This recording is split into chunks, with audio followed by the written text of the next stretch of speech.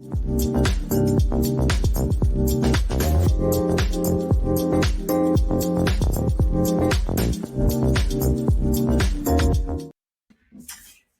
and welcome to Finance Conversations. This is the 22nd episode of the Merging Life and Money Show, and I am super excited to be here with you today. For those of you who do not know me, I am your host, Marie-Jo César. I help professional women acquire and apply the relevant financial skills and knowledge they need to take control of their money, manage their finances, and understand that they can live their best life with the money they have. Thank you for joining in today. If you are watching the replay, make sure to type #replay in the chat and leave me some comments and questions. Welcome, and welcome. I come to you live every Thursday at 5 p.m. Pacific Standard Time to share valuable information about how to achieve financial wellness and live your life with means and meaning. Today's show is actually the 8th episode of a new series titled The Scoop on Women and Money. I will be talking about the common traits between the best of the best athletes in the world and financially successful women. So grab a pen and a notebook, as you might want to take some notes to discuss them further with family members, friends, colleagues, whomever you want to, because it is all about sharing values that could benefit others. So if you have any comments or questions, make sure to put them in the chat, and I would be happy to answer them. And if you want to talk to me directly, I will share my contact information a little later in the show. So, as you know, for my regular visitors, listeners, I should say, the main objective of the Merging Life and Money Show and my super strong why, WHY, is to empower as many women as possible with what I know about money and finance. Okay, so let us begin. The 32nd Olympic Games started on Friday last week, 23rd of July, yeah. And I found it quite fitting to refer to the Games simply because as women, I should say as individuals, we can learn and be inspired by those great athletes when it comes to winning at money. Your financial journey is unique, okay? Your goals are as well. So when you recognize the type of relationship you have with money, a positive mindset will lead you to positive changes in more than just your financial life. So to give today's show some context, being a former athlete myself, believe it or not, I used to be a discus thrower in my younger days, I can certainly attest to the benefits I got and continue to draw from the positive aspects of sports that help shape my financial journey. So when you think of the best athlete in the world across different sports, it is easy to imagine them having very different recipes for success. In my opinion, there are some surprisingly consistent similarities and behaviors between athlete super achievers and anyone intentionally attempting to achieve financial freedom. It is a lot more than just sheer talents, I'll tell you that. Lots of work. So today I will focus on 3 points: mindset and optimism, confidence and self-belief, goal setting and focus. And I will be remiss if I did not talk about how, if not played successfully, the game of money can impact your mental health and self-esteem.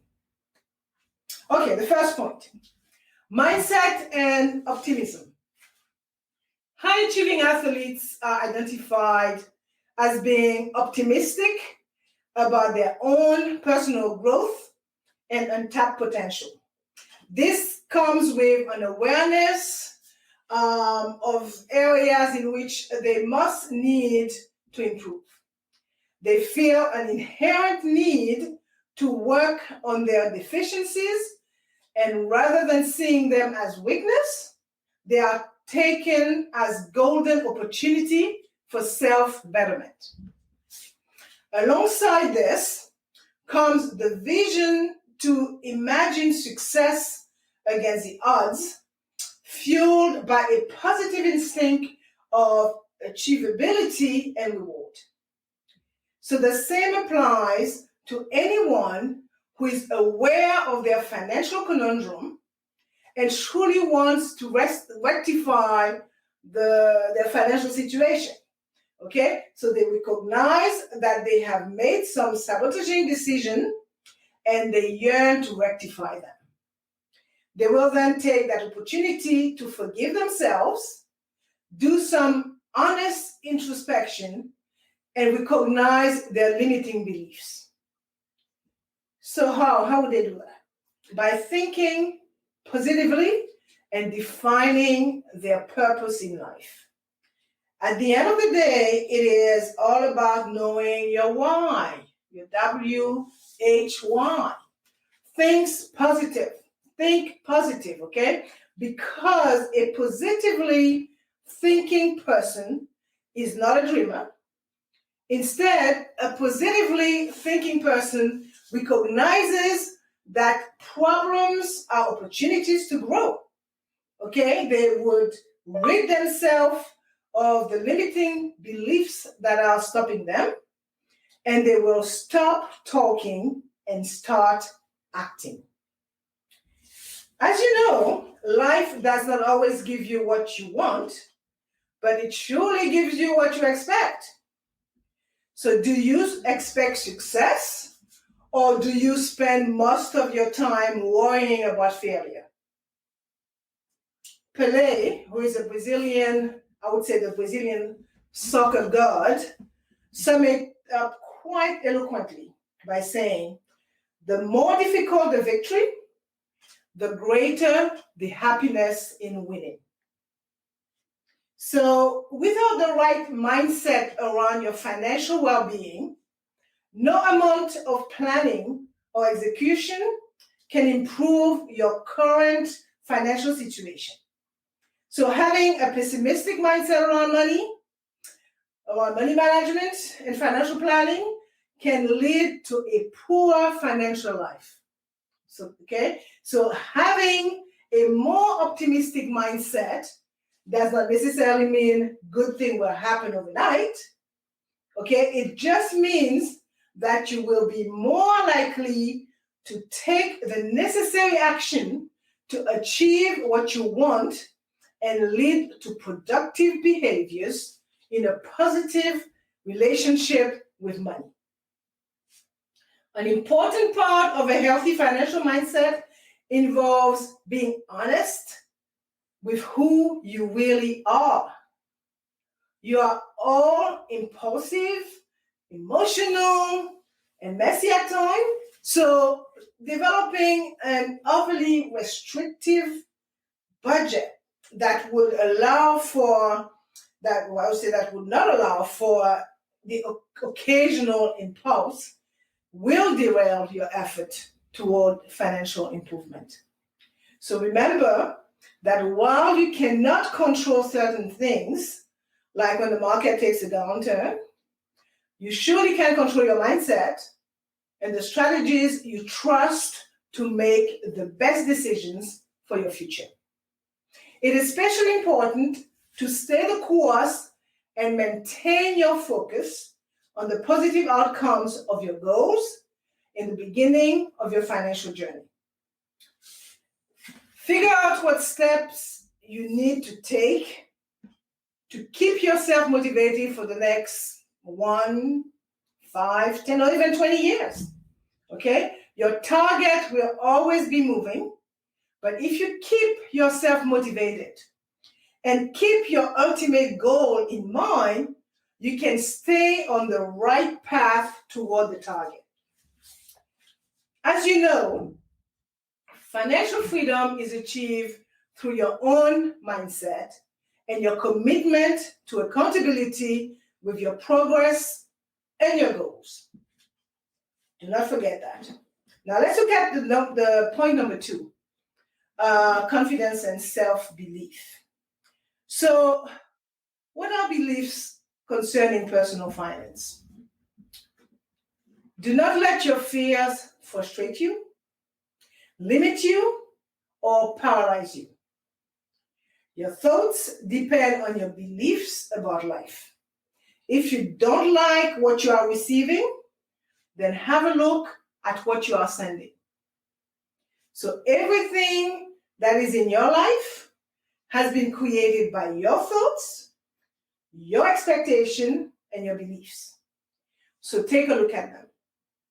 If you change your beliefs, believe me, trust me, you will get new results. I can tell you that the greater an athlete confidence, the more willing they are to keep trying, even when failing. Okay? So it's always hopes there. I mean, when I used to throw the discus, I had 6 tries. Okay? And sometime, I would jump out of the circle 3 times out of 3, and I only have 3 left. But guess what? I kept on going because I had to get a good shot at it. So as I mentioned in previous show, financial confidence matters. Your relationship with money will impact how you behave with your money. That means that the more confident you feel about managing your money, the better you will be at it. At the end of the day, the word confidence boils down to self-assurance and trusting your ability. Okay? And financial confidence looks the same way. Trusting that your finances are going to support you going forward. So here are a few things that my experience with money has shown me along the way. I know for sure that emotion play a much bigger role in money than you might think. Okay? Your family history impacts how you behave with money. That's for sure. The way you think about money determines how you will act with your money. Most of the time, you are the one holding yourself back. Think about it. If you don't think you can do it, you won't even try to do it. Okay? Change that. If you think you will always be better with money, you will keep making, guess what? The same bad decisions. So many of you do not ask for what you want because you do not believe that you deserve it. Change that movie, okay?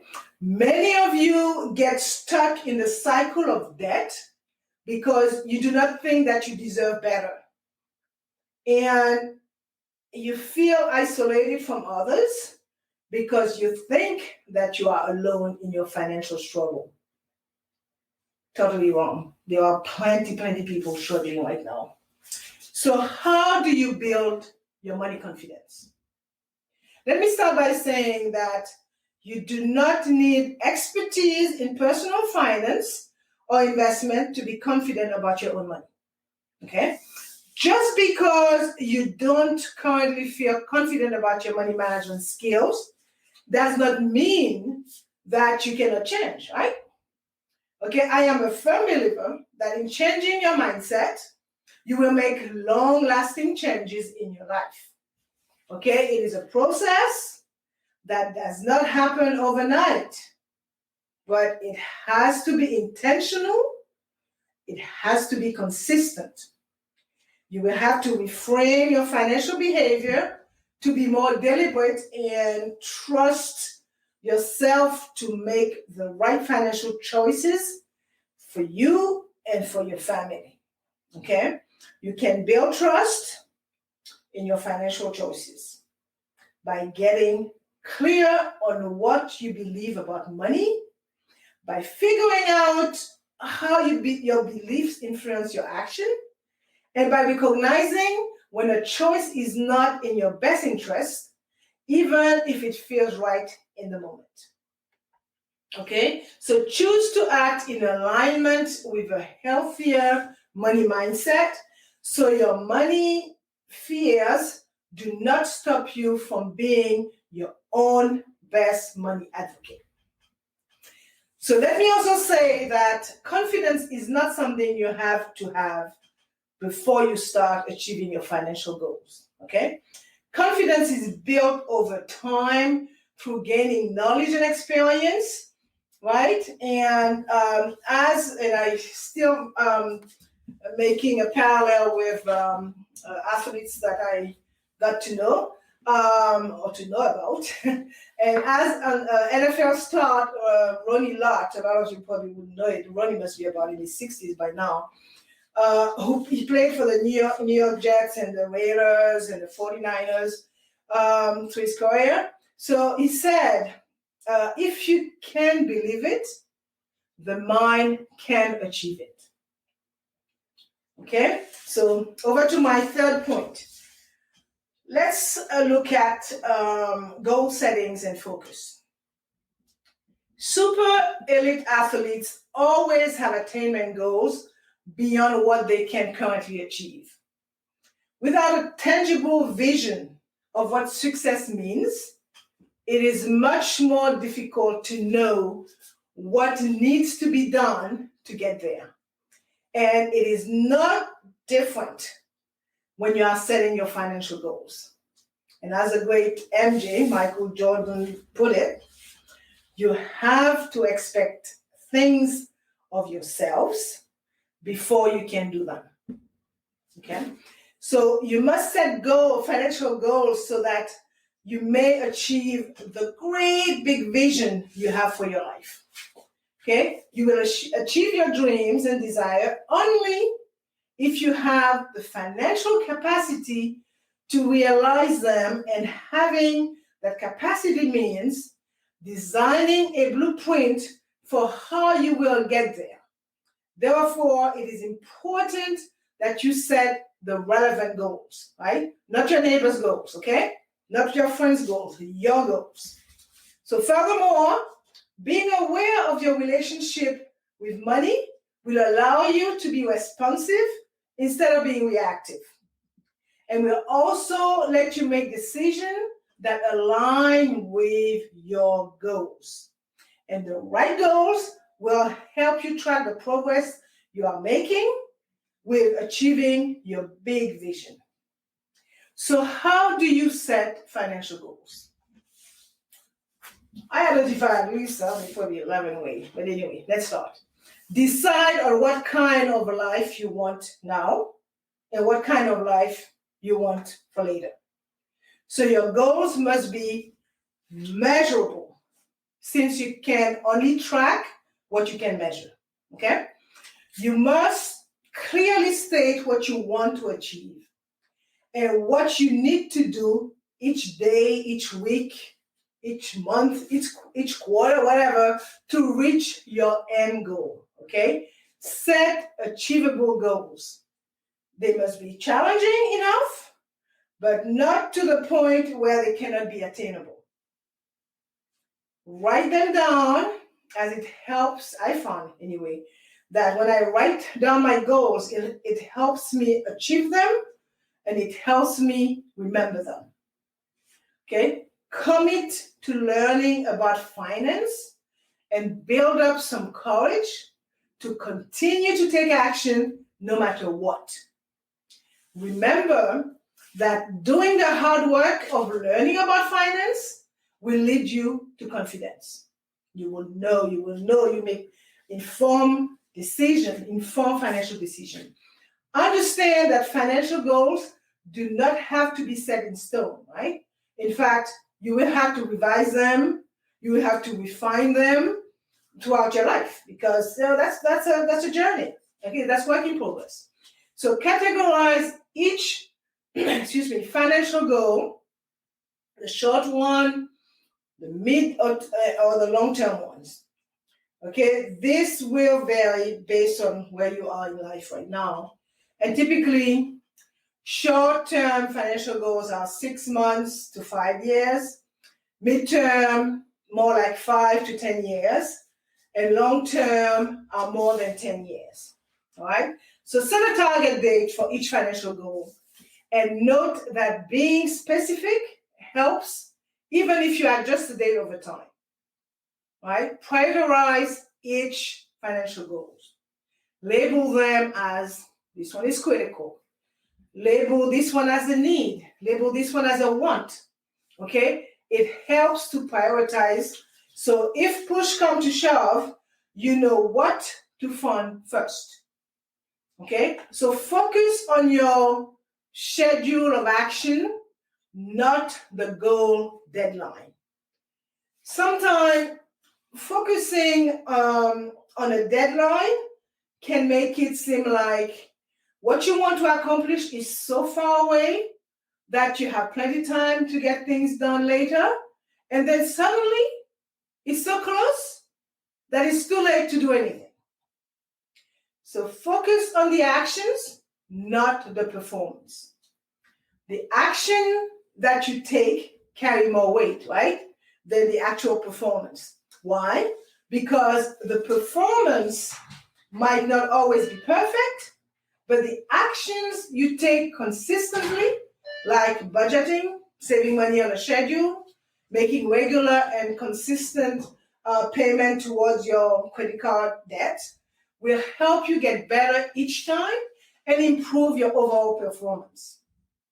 So these two things can make all the difference when it comes to making those goals you have set super easy to accomplish. All right.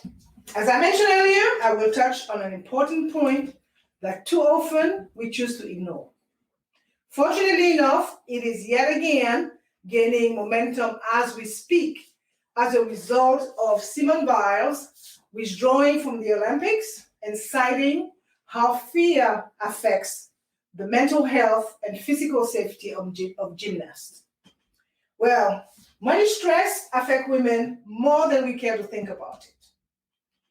As you well know, money is a tricky little big subject. It touches every single part of your lives, be it your relationship, your career, your health, and beyond. Okay, this can put stress on you beyond just the literal money concern. But it also carries with it a societal taboo and a healthy dose of shame, which makes it even harder to deal with. Combine this fact, and stress is definitely inevitable. To make things worse, women are more worried about money than men are. Believe it or not. According to a study by Alliance, a financial institution, 67% of women worry about covering their current financial expenses compared to 57% of men. So that's 67 versus 57, a whole 10%. It doesn't make much, better when it comes to future planning. It definitely doesn't get any better because 81% of women stress about planning for their future financial needs compared to 70% of men. So why is that? Well, roughly 75% of Americans do not have any saving to fall back on, and many live paychecks to paychecks, okay? So more than half of our workers admit to feeling financially stressed, costing businesses an estimated $250 billion with a B a year in lost productivity and absenteeism, according to a Mercer study. Women make up 57% of the workforce in the United States, but they are paid a median salary that is about 81% of what their male counterpart are paid.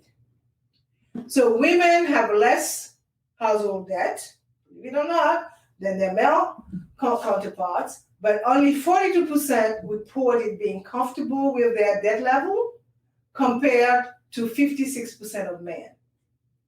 Right? Women are less prepared for retirement saving, and an average of only maybe $165,000 compared to their male counterpart who have an average of $250,000 saved.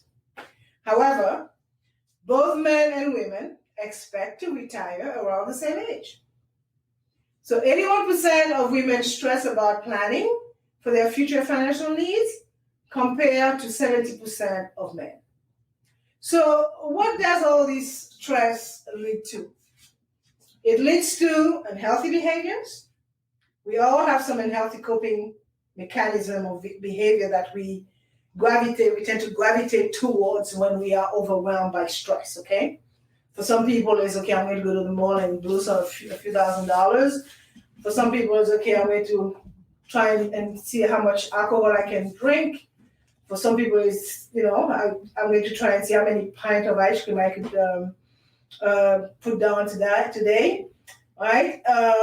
That stress also could lead to lack of self-care, because when you're stressed, right, you also tend to readily give up the thing that makes you feel better, okay? And it is difficult to continue to take care of yourself when you're having money trouble, okay? No more money for the spa, the thing that the feel-good stuff, right? Stress leads to insomnia as well. There's a reason the saying losing sleep exists. So when you're stressed out, you have more trouble sleeping. There's too much on your mind, okay, to slow down. So calm down and get some rest, because lack of sleep, makes you more stressed and can lead to what? Sickness, okay, illness. And illness is another stress byproduct, as I say. So stress can cause or exacerbate many different illnesses that you could have already, like anxiety, depression, digestive problem, what they call that, irritable bowel syndrome. I see the ad on TV all the time. Headaches, heart diseases, memory and concentration impairment, and the big one, weight gain or potentially weight loss as well.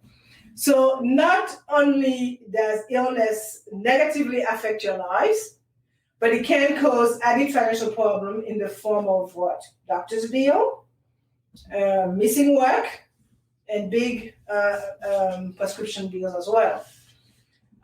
It also could leads, I should say, to relationship trouble. Money problem and stress can lead to relationship problem, without a doubt. In fact, money is one of the top causes of relationship discord. Okay, that's the second cause for divorce after infidelity.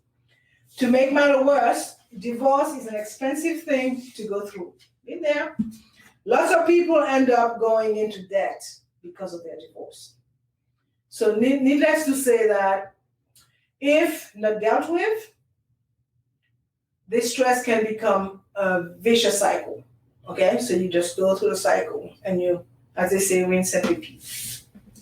All right, so enough said for today.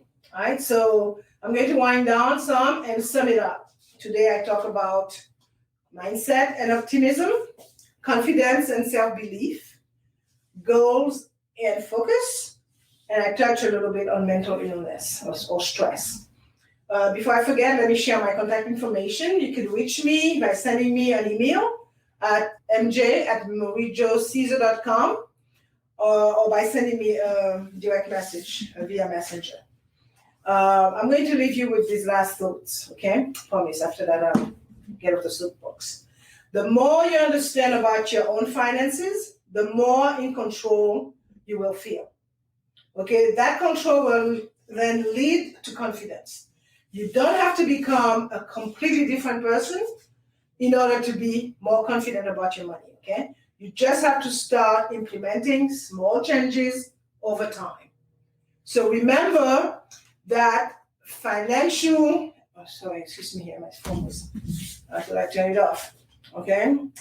Where was I? Remember that financial confidence has to include a strong sense of your worth and value so that you don't miss out on using your money to get what you really want out of life and feeling like you are capable of managing and growing your own money.